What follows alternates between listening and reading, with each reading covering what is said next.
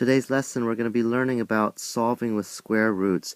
Sometimes we have a quadratic equation that is in what I'm going to say a simple enough form that we can solve it with square roots. So here's an example. We're going to start off with a simple example and then build up from that.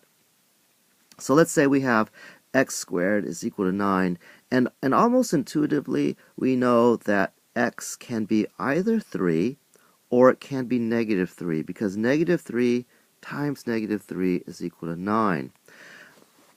The steps in actually getting to that answer is by taking the square root of both sides, and we can find then that x is equal to plus or minus the square root of 9. The key thing is to remember to put this plus or minus sign here in front of this radical, and then we can simplify this down to plus or minus 3. In a general sense, if we have this equation x plus a, the quantity squared, is equal to b, what we do is we take the square root of both sides, and we're left with x plus a is equal to plus or minus, don't forget the plus or minus here, square root of b.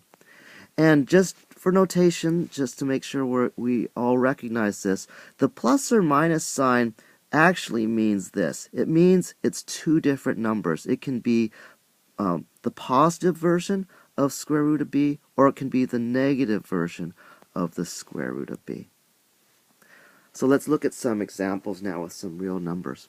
We have our x squared minus 7 is equal to 29, and what we want to do is move all the numbers to the right hand side. We have the 7 here, we want to move that to the right hand side. This x squared term, that's the good term we want to leave on the left hand side. So when we do this, we take the square root of both sides, and then we get x is equal to plus or minus the square root of 36.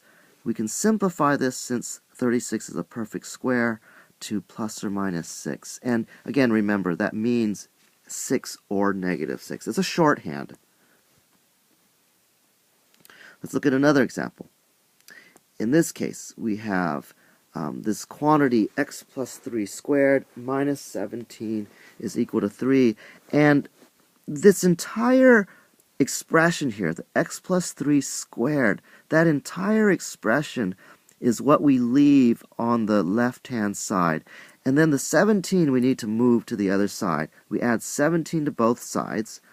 We get x plus 3, the quantity squared, is equal to 20. And at this point, now, we're ready to take the square root of both sides.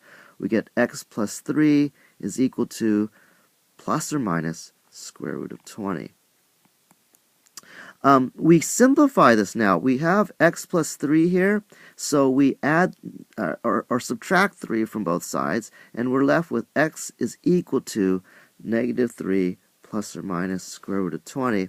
And we can simplify this further, because the radical square root of 20 is really equal to the square root of 4 times 5. 4 is a perfect square. We could pull that out. We get 2 times the square root of 5. And so then x ultimately is equal to negative 3 plus or minus 2 the square root of 5.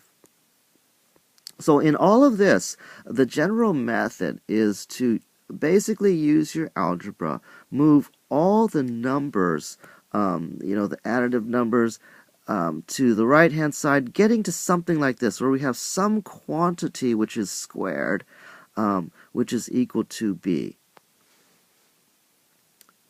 Now I want you to do the following problems on your own now. I want you to pause this video and work on all 4 problems to the best of your ability. When you are done, you can unpause this. We'll go through the answers, and I'll even explain number 4 in detail. So hit the pause button right now.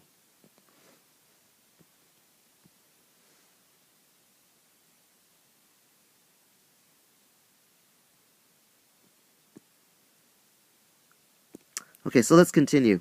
Here are the answers. to the first three. You can look those over right now. And at the same time, I'm going to explain the answer to number 4. We're going to walk through it step by step.